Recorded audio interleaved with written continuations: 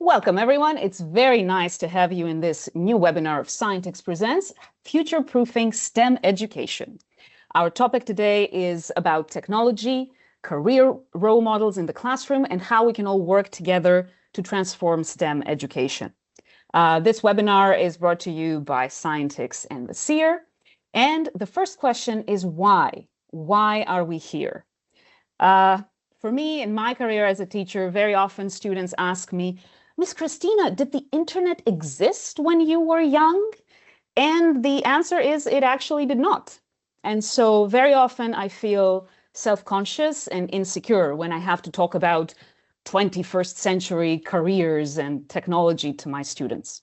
So we designed this webinar to help you, other teachers, get some resources and skills that will help you address those questions of your students.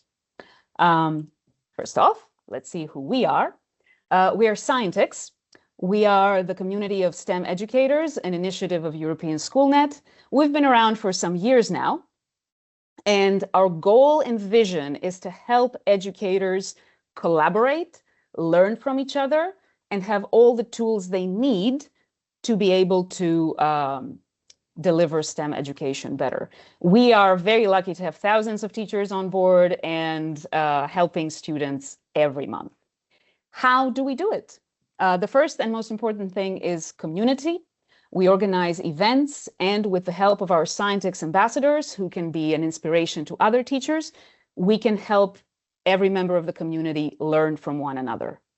Then we offer support with materials on our Scientix portal. We have annual online campaigns. We have the STEM school label that helps your school be acknowledged for their efforts in STEM education. And of course, every month we have our Scientix TV episode.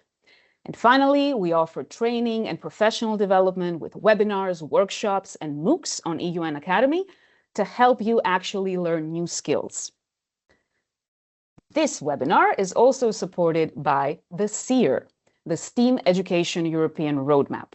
This is an EU-funded project that centers around promoting the meaningful implementation of STEAM education.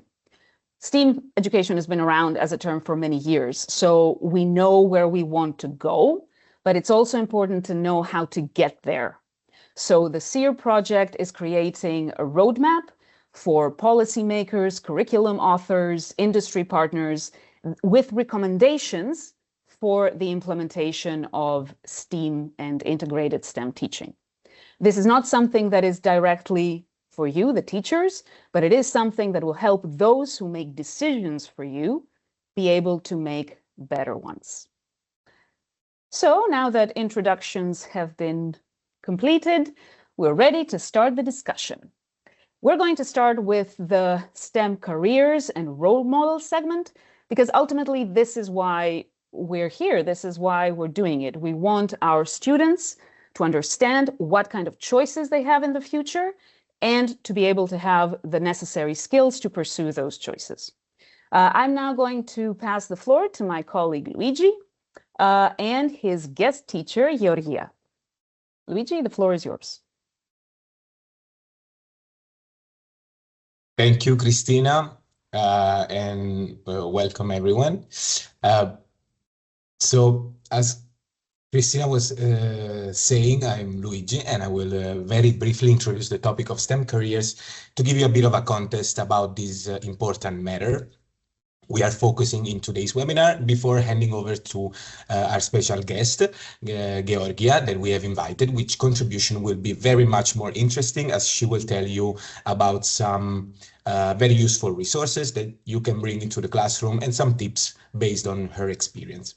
First thing first, let me introduce the project that is co-organizing this webinar and making all of this happen. As many of you already know, the Scientix STEM Alliance, coordinated by European Schoolnet, is an initiative that brings together industries, policymakers, and educators, and it aims to make STEM careers more appealing, drive fresh ideas in teaching, and build a skilled workforce ready to tackle tomorrow's challenges. Talking about tomorrow's challenges, let's now give some background information about skills and career of the futures. Here in the slide, you can see some examples of skills that would be very important in the futures and careers that are very much needed today. This just to give you sense of how the workforce and the skills are very rapidly evolving in today's world. Now, here's a tough one. According to the World Economic Forum, nearly half of the businesses in Europe are struggling to find the STEM skills they need. And what is the issue there? Europe's education systems are struggling to keep pace with the rapidly changing needs of the workforce. And too often, students are taught in the classroom, what students are taught in the classroom does not align with the skills that the job landscape actually require. So there is a gap there that needs to be reformed in how we approach education, with more hands-on learning and stronger focus on tech-based training.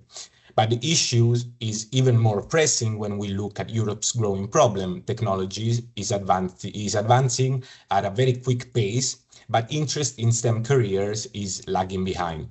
So experts in the fields are nearing retirement, and the next generation of workers isn't stepping up fast enough to fill those gaps. In fact, also according to the PISA report, of 2022, there has been a dramatic decline in math performance in OECD countries. So for companies, this means that the pool of skilled workers is shrinking, and it's putting the future of European industry at risk. So this is where we come in, and it's clear that we need to act quickly. And so it's important both in the skills for students that students are acquiring and in their interest in pursuing STEM careers. So what we can do about it. So let's think about it for a second. We said that STEM is advancing at a lightning speed in industry and research, but students' skills in secondary and higher education just can't keep up. So it's important to make STEM education more attractive for students, especially in primary and secondary, where interest in STEM develops the most. So to do so, teachers should adapt suitable approaches on how to teach STEM, as well as how to raise awareness about the importance of STEM career. So here's the big questions. How can teachers get their students ready for the jobs of tomorrow? So I'm not going to answer this question, but I'll give the floor to someone who will provide a better answer than me. But I will just leave this resource here, the Scientix STEM repository of job profiles, where teachers can find useful resources that they can bring into the classroom to introduce their students to STEM careers. And Christina, I'll hand it over to you.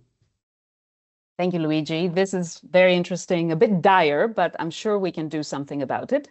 And I'm going to, in fact, welcome now Georgia Laskari, who is our first guest teacher, who's going to talk to us about how she works to bring job careers into the classroom at a very young stage. Georgia, it's very nice to see you again. Please go ahead and introduce yourself to us, and you can take control of the presentation. Hello, Christina. It's always a joy to see you, to see this amazing scientist team. So I'm Georgia Laskari. I am a computer science teacher in Greece. I teach ICT, coding, robotics, and new technologies. I'm also a Scientix ambassador and EU Code Week leader and a STEM educator.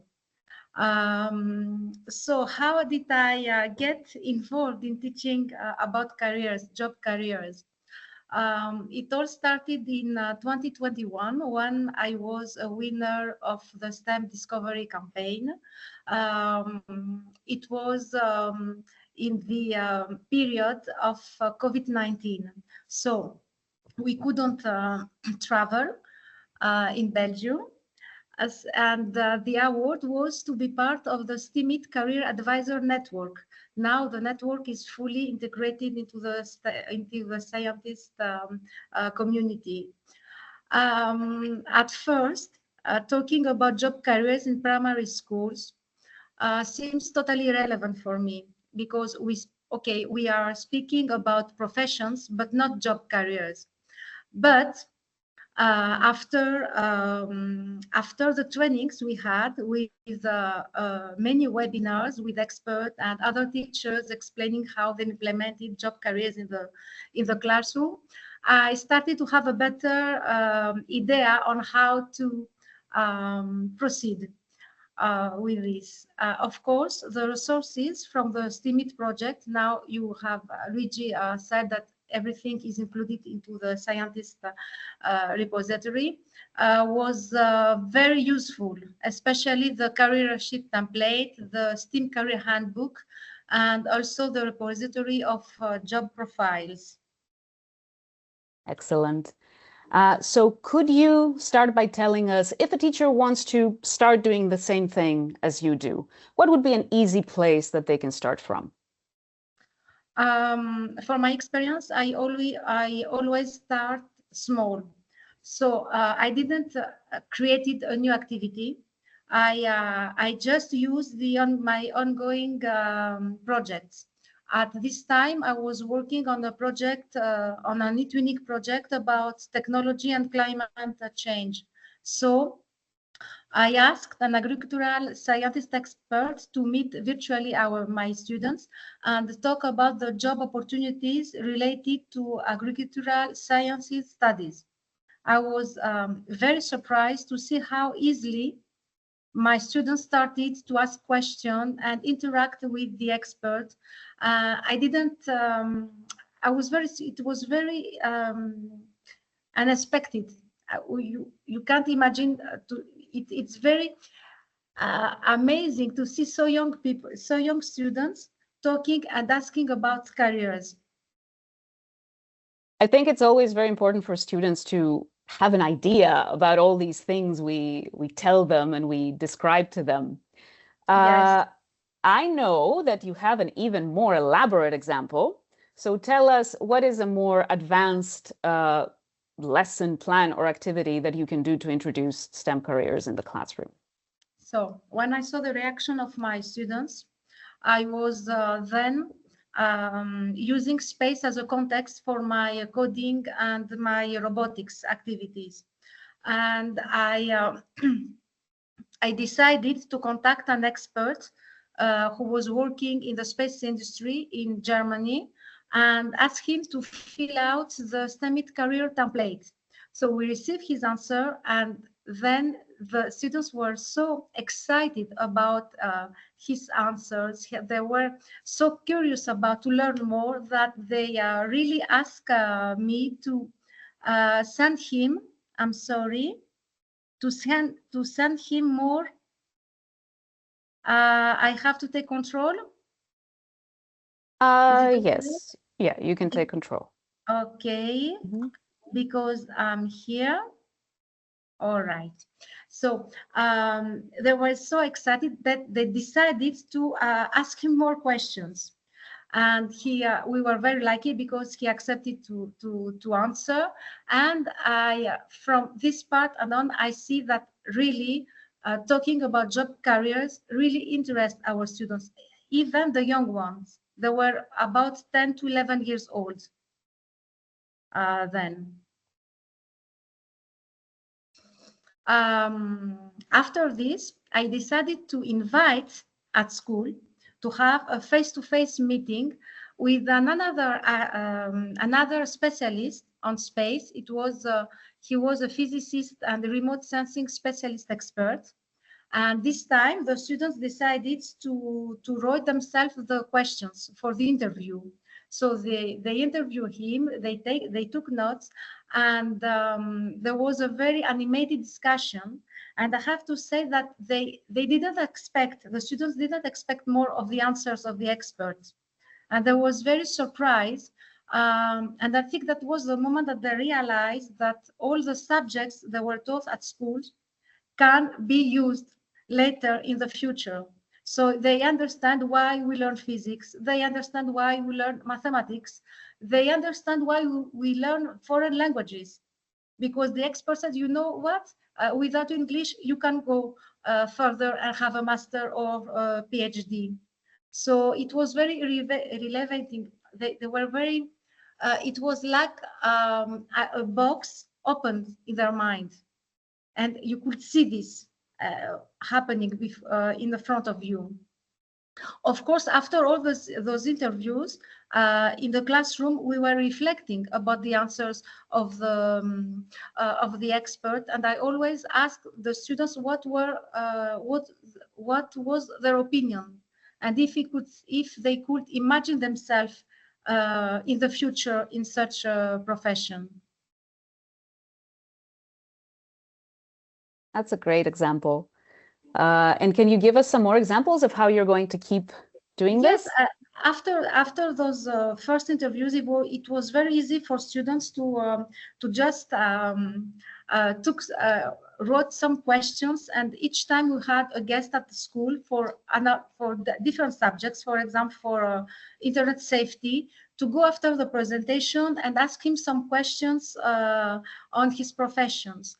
And from this year, at school level, we are asking parents to come visit our school and talk about their profession. So it's the idea was very well accepted in the school community. I think this is a good opportunity to also get the parents involved, right? So they can see Yes. what their children are doing in the classroom. Okay, we're going to close with my final question, which is about role models, and more specifically ones to address the gender gap, especially in STEM. So why is this important in your opinion, and how have you incorporated role models so far? Yes, I don't know if you have noticed, but every our guests were men. Okay, so it's not only a coincidence, but we will actively start to invite more STEM female professionals in our school for now, because we want them really to act as a role model.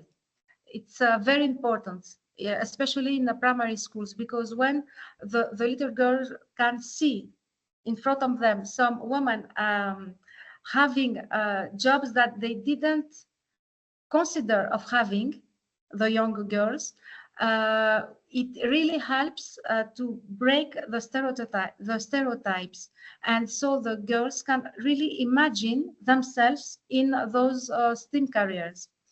At primary school, it's even easier to break the stereotypes, because the students are very open-minded. Okay, they have everything can happen in primary education. So how can we help as teachers? Of course, we can be a role model. When they saw me running in all the classrooms and try to see what the problem is with the projector, with the smart board, with the computers, so they have this in mind. Okay, it's normal, it's okay. We can, of course, have guest STEM professionals, but women STEM professionals, to talk about their job. We can create inclusive educational environments and help girls be involved in STEM, because they have to understand that STEM is not only have 2 or 3 tools in our hands and running and running to repair something. It's just having skills to solve real-world problems. That's all about STEM. We can, in any occasion, talk about, highlight the women's achievements in STEM. For example, in all our projects, e-twinning projects, we always use robotics, or you use coding to create presentations or animations with women in science or women in STEM. And we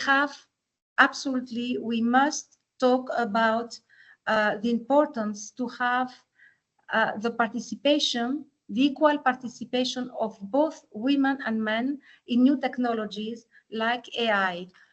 We can't afford to have only half of the population be involved in the creation of AI systems. It's the only way to avoid stereotypes and biases. So we have always to talk. It may seem very complicated to start talking about job careers in early education, but the first step is always the hardest. There is no problem. You just have to try it. The Scientix repository with all the materials is here to help you, and let's do it. It's so Thank simple. you very much. Thank you very much, Yuria. And I hope our participants will listen to that and they will just try things out.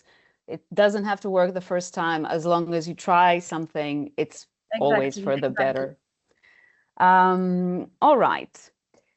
Please, before we move to our next session, my colleague Diego is going to share in the chat with you our signature list, so make sure that you sign.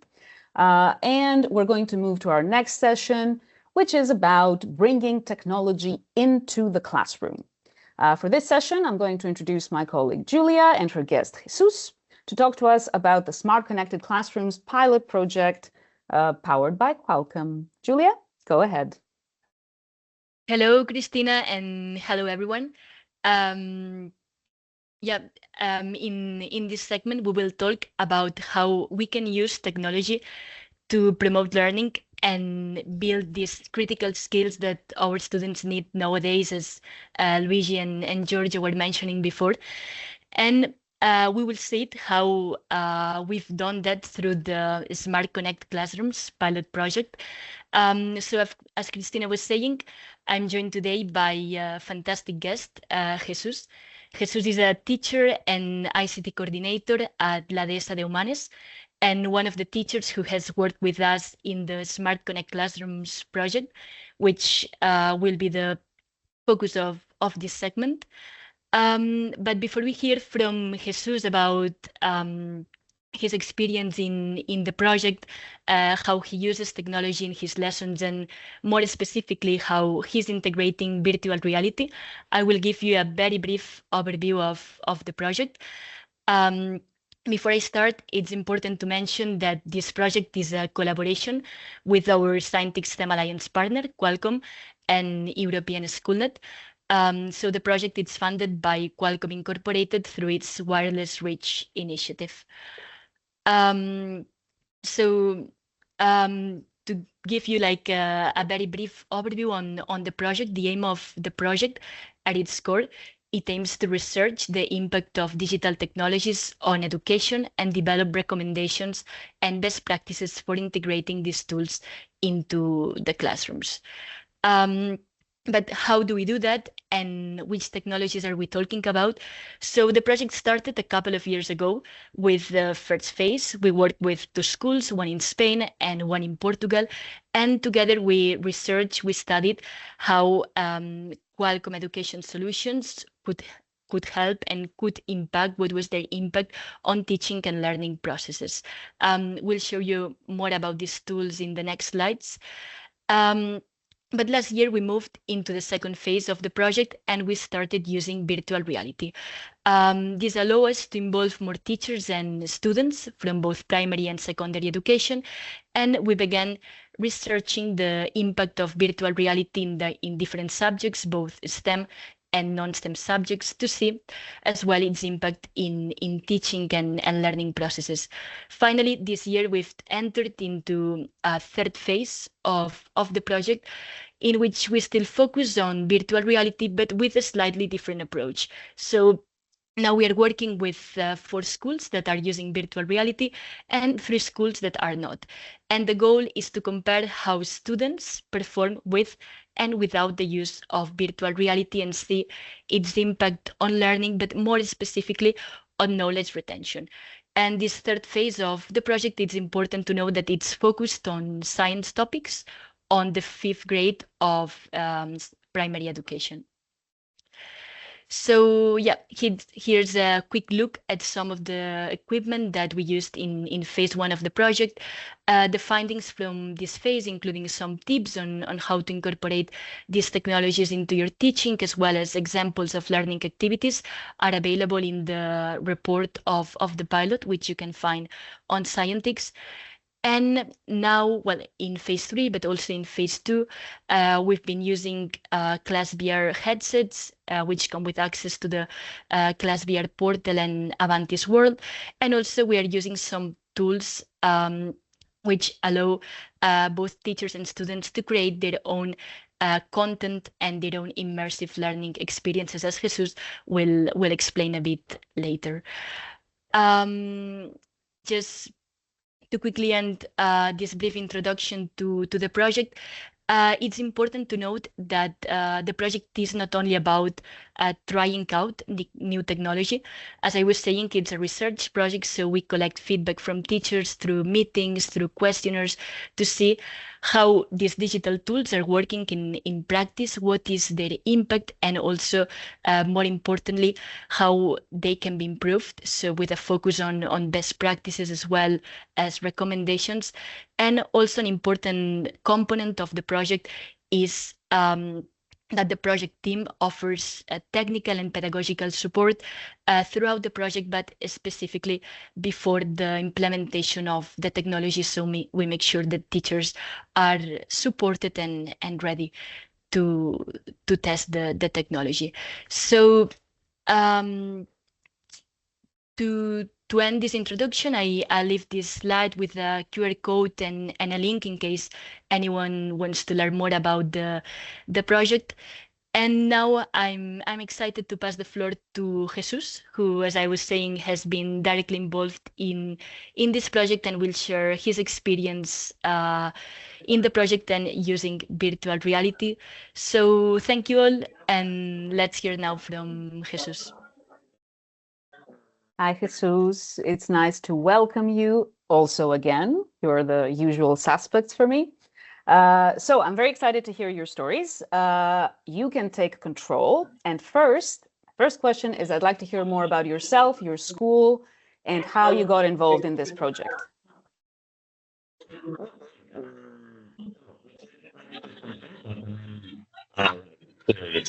All right. Thank you so much, Julia, Cristina, and mostly Scientix, European Schoolnet, and all the different companies that are here.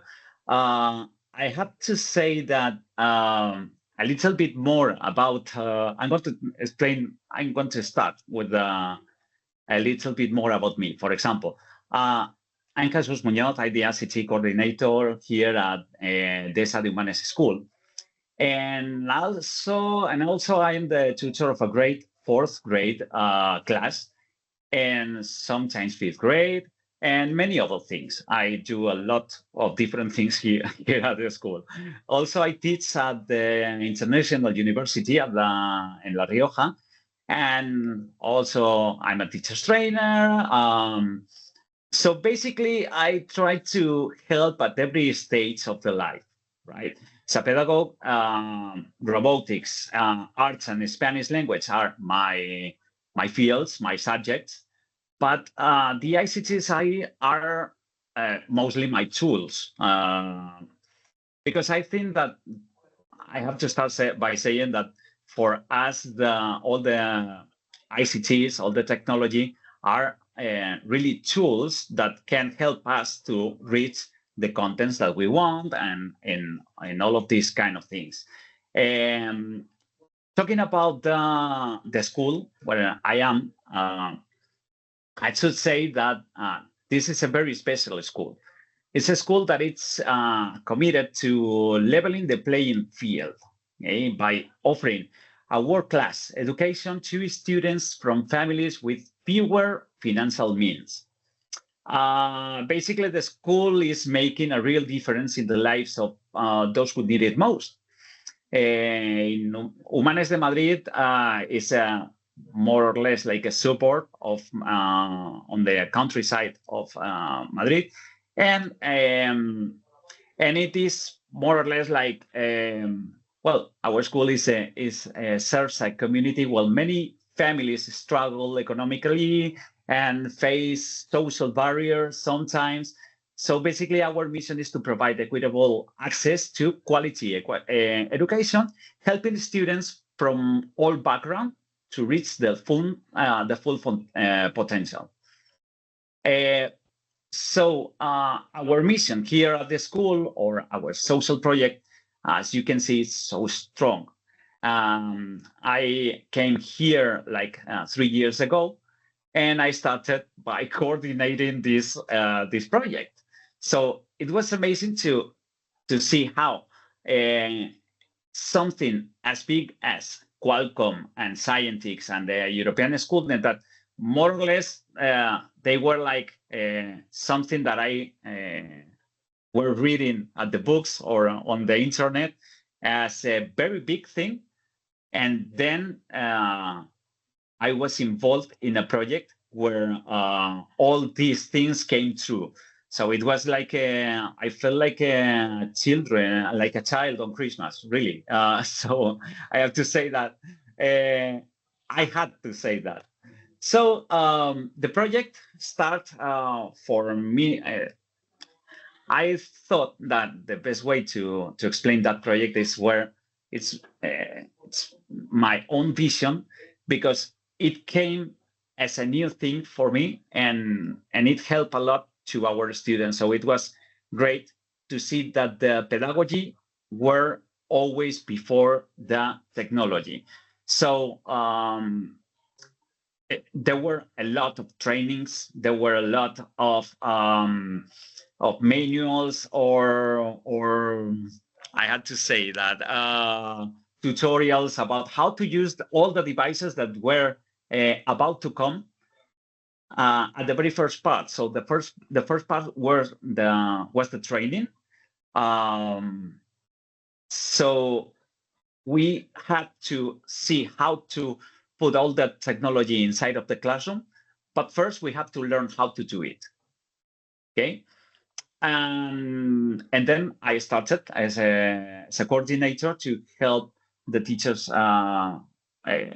by short trainings and explaining the different things, to translate to some of them, to the other one, on how to work with the technology. So if you want me to speak. So okay. Yes, so now let's move to the next slide, and let's talk about what happened first. So let's see what was phase 1 of the project. Okay, the phase 1 was amazing. Okay. And why I'm going to say that it was amazing, because in the phase 1 we were given with a lot of resources. As you can see, there's the real list. Okay. And as you can see, that was great, because we were, it's like, okay, all of these resources are focused on help your students. So there were like three classrooms, 3 future classrooms. So students and teachers were completely amazed and encouraged, as I said, as children on Christmas. They were trying to understand how they work and all of this, and new devices and all the technology were serving the pedagogy, as I said. And we learned a lot, that they were not just toys that you can play with. They were not minimum feel. I mean, there were not things that they can use inside of the classroom, and that was all. No, they were helping to learn not just the contents, but also digital skills. And we learned that that it was easier to teach in 3 levels. For example, for those who were more motivated, we could try with different projects. And with those people who needs a little bit more, we could just change the topic or just change the content to reach the topic, I mean. So they were able to be in line with the demands of the society for the very first time. So in an easier way. Yes, you can go ahead. Feel free. Okay. Yeah. So as you can see, for example, there were 4 teachers involved in these 3 classrooms. And that was great because all of them were completely focused on improving their teachings. And that's amazing, because this is something that every single principal of a school wants to. Teachers committed with obtaining the best of their students. The students could be also using the devices, as you can see in the slide, using the devices for explaining the things that they were doing. In the first pictures that you can see, it's a student explaining how to get out of a maze, for example. And in the other one, in the last one, in the middle is a teacher explaining the mind maps.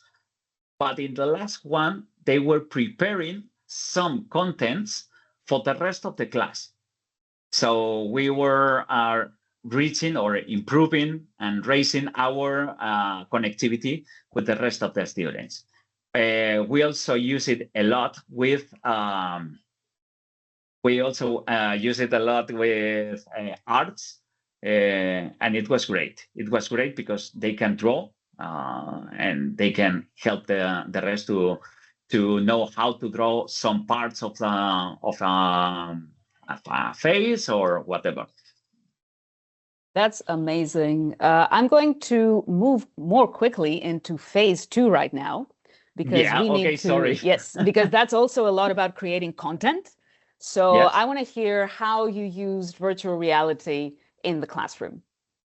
Okay. Yeah. So the virtual reality for them, I have to say, then when the second phase came, the first day with everybody was with the Googles. Everybody got nervous, I have to say it, for the rest of the teachers who are listening to. Some of them, I have to say that they cried, they shout, they play, they move around the class, and then they had to use the Googles for teaching the rest of the students. And that was the most difficult part. Teachers trying to explain to the pupils how to learn with the Googles. They had to create a lot of things, and they had to start with because we have talked about this. The project was with teacher training, 15 teachers playing, and I say playing because it's more like a play, but they were teaching with games and with immersive situations. So it was the most creative part of it, but the purpose was to provide the immersive learning, and the benefits were that students were really engaged, and also they allows them to explore and to find out complex concepts that they were not able to do at the beginning. I can talk about how your body works, for example, with third grade. So some activities that we have done, we create a VR museum, but we were trying to create it, but then we decided to let the students to create this museum. So our students were able to create the museum and to visit it. And some of them, the oldest, show the youngest how to see the different pictures of the museum and something like that. Also, we create an amazing women museum, also with all the artists from the new era and from the past years. We created some 3D designs that they can see on Tinkercad, and also intercurricular projects where secondary school were teaching primary school different contents. And that was great because we had just to let them do the things that they had to do. So, and it is proof that when a student teaches another student, they will retain the 90% of the contents that they are teaching. So also we use the end of the year festival, and in the picture you can see a roller coaster that the students created, and the parents were with the Googles trying to not to get dizzy. Okay. That's perfect. I love to see a smile on a student's face. Yeah, let's very quickly see what's coming up next for you before we can go to our next segment. Yeah, okay. We were honored to share our experience again. We've been twice there explaining our experience. And also the project right now, we're on the second part of the VR Googles on the VR project. So now we're in the middle of a training. Even tomorrow we have another train. But we're focusing on the 5th grade and on science subject.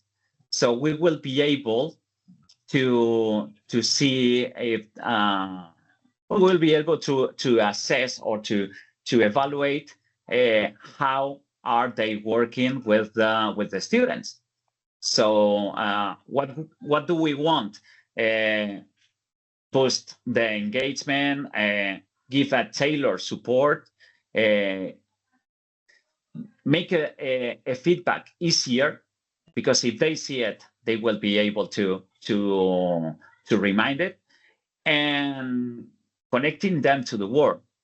Okay, so we will try to use the tech, as I said, as a tool, and of course having fun in class, because if they are not motivated, if they are not having fun, they will not learn the contents that they had to learn.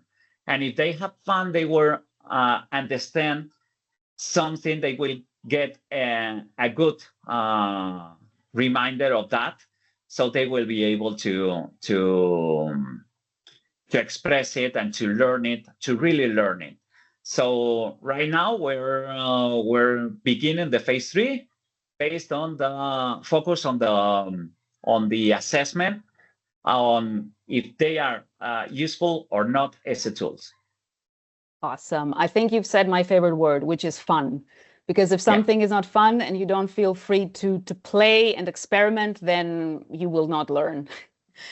Thank you very much for your examples. I hope our participants are also inspired, and maybe they will be lucky enough to have a similar collaboration. We're now going to move to our last segment. Please remember to sign the sign-up list, the signature list. And now we're going to move to the last part with my guest, Willem, and we're going to talk about community, which means how can we all, not just teachers, but also the companies that create EdTech, the people who make decisions about EdTech, how can we all work together to make this better? I'm going to start with a little bit of a strong point, which is, some people think the EdTech revolution has failed. We are here to avoid that happening. But the fact of the matter is that when people are faced with something new, something that they don't understand, something that they don't trust, it's very easy to be reluctant and to have resistance. So our project, the one that myself and Willem are working on, it's called Empower Red. And one of our missions is to understand the educational technology ecosystem and help everyone within the ecosystem work together as a community, because we all have the same goal. We want better learning for our students. One of the challenges we have identified is that in this ecosystem, it's not just the companies that create the technology and the teachers that use the technology. It's also a lot of different actors, and it's sometimes hard for everyone to coordinate. And even more so, the problem is that very often people just don't ask the educators. They do not ask you, the teachers, what is meaningful for you? Does something solve a problem in your classroom, or does it just take up more time? Does it make sense to have this in your classroom? So this is one of the main questions that we have. Who decides about what technology comes in your classrooms? And this is where I would like to welcome Willem Schors. He is also a person that has worn many hats, from teacher to school leader. He's now working at the Ministry of Education and Training in Flanders, here in Belgium. So Willem, please take control and introduce yourself and your school.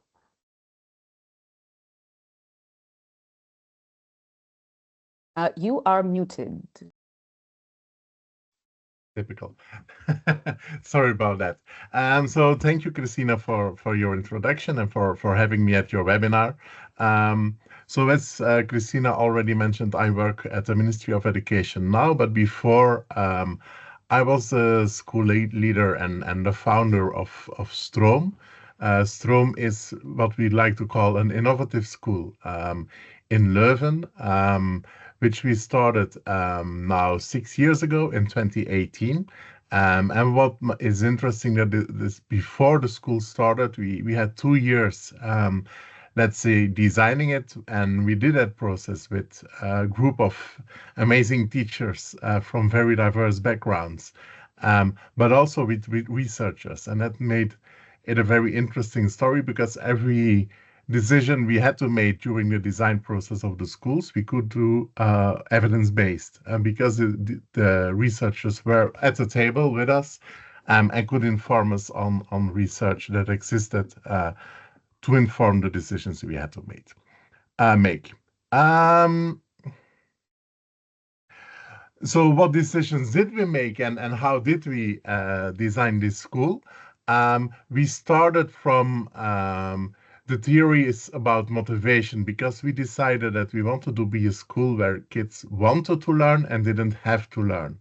And to do that, we used 3 important pillars, let's say. Autonomy, meaning that kids, or pupils need to be able to make their own decisions and need to have their learning process in their own hands. Bonding, meaning that kids have to have the feeling that they have a relationship, a bond with their teachers, with their school, but also with what they're learning. And competence, meaning that the kids, every pupil has to have the feeling that, well, he is competent, he is learning something that is on his level, let's say, nothing too challenging, and that's challenging that it's not achievable, but nothing too easy neither, because then he's not learning anything. On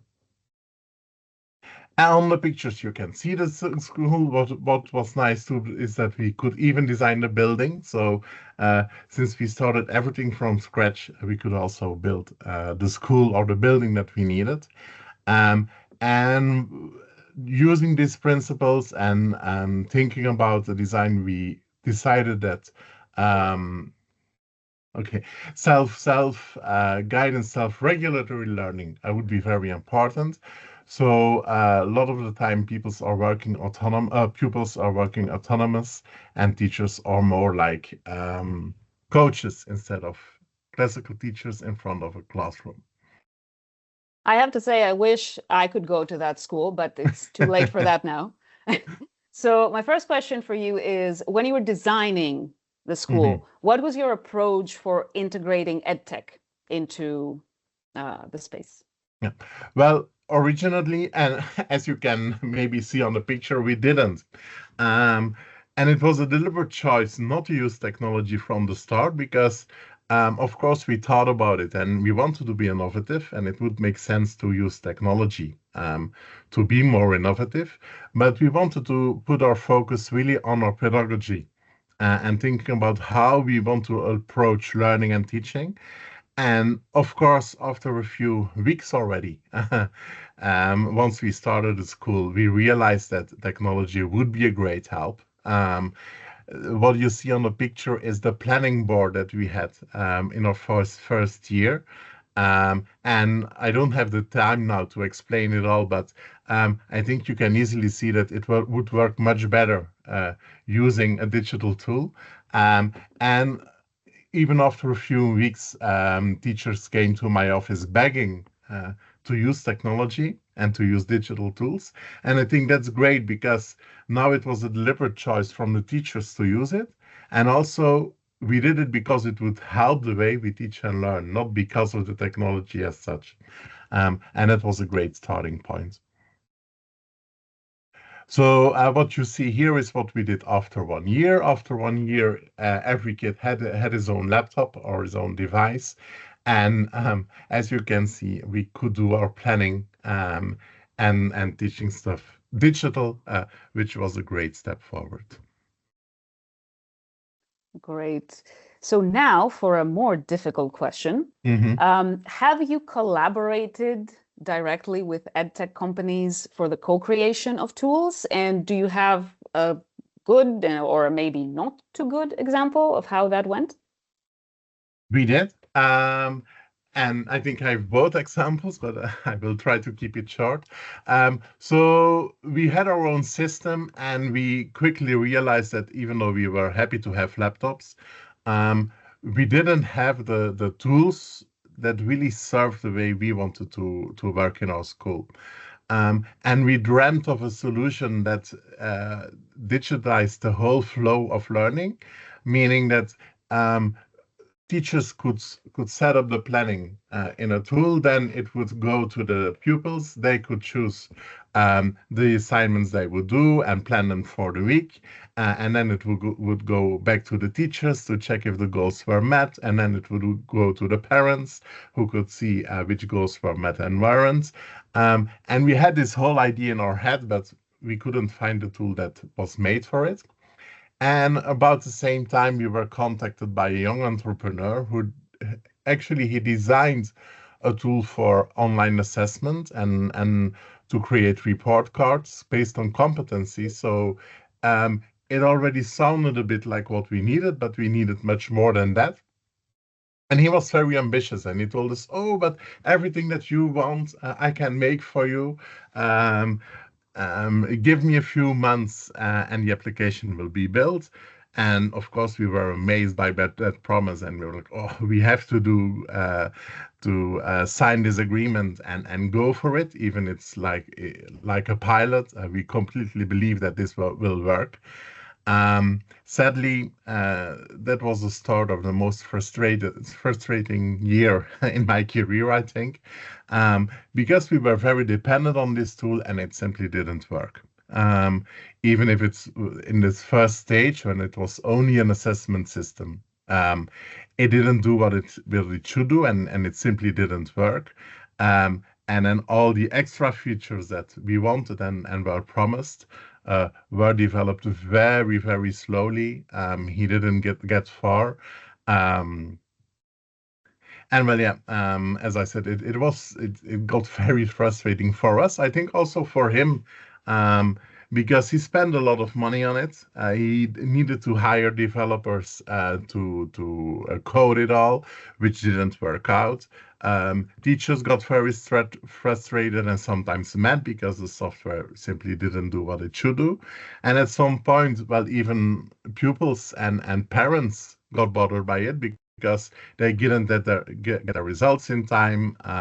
It was very complicated for them to find out what was happening. So everyone was getting tired of it. And honestly, we decided just to stop and go back to one of the big players, one of the big learning management systems, which was maybe not tailor-made, but at least it worked. Okay. So I see that the principle of it, working together with EdTech companies, is a good idea, but sometimes the implementation needs a little bit of support and help. Mm-hmm. And this is what EmpowerEd is here to do. So in our case, what we're trying to create are some resources to help teachers be able to work better with companies in the co-creation of EdTech solutions. We call this process pedagogical mentoring because you are really there to walk together with the company and help them have a sound pedagogical strategy, help them with questions they might have. So that is one thing that teachers can do.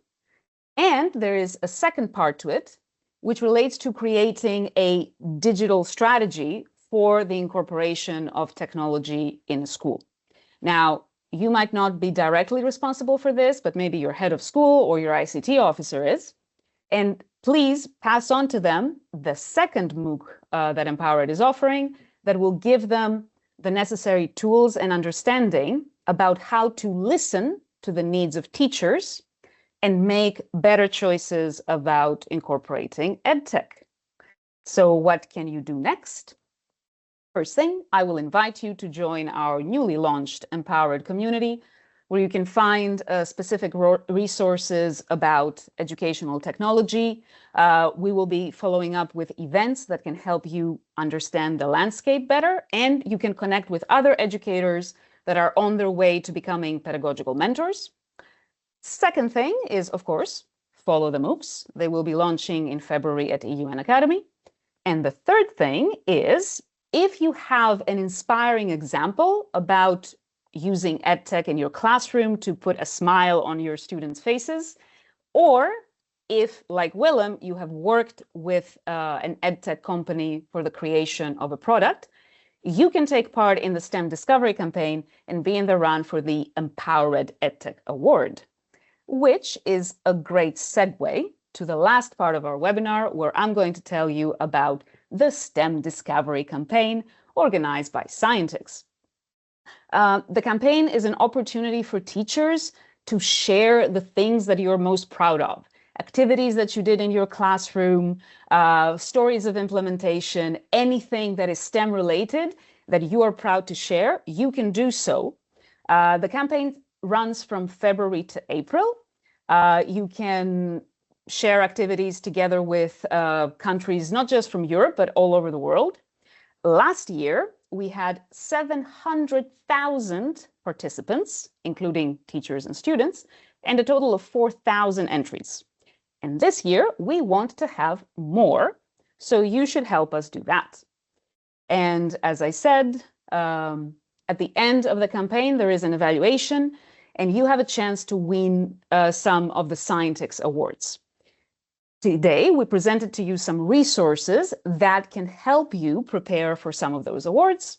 So again, I'm listing here our Pedagogical Mentor MOOCs, but also the Industry Resources brochure from the STEM Alliance. It is a way to bring state-of-the-art teaching resources to teachers to help them bridge the STEM skills gap. So you can use these resources in your classroom and get recognition from industry-supported Scientix awards. The third thing you can do is go to the Scientix portal with a repository of 50 different STEM job profiles. So as Georgia showed very well, you can use these profiles in your classroom to contextualize STEM careers for your students. So with all this homework, I am sure that at least some of you are going to be in the run for our Scientix awards. This brings a close to our webinar.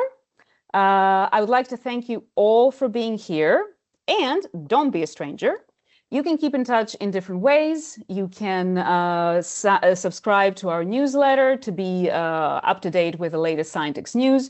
You can follow us on social media, Twitter, Facebook, and Instagram. And of course, join the STEM Discovery campaign in February. Thank you all for being here. We will look at your questions in the chat and try to be in touch with an update later.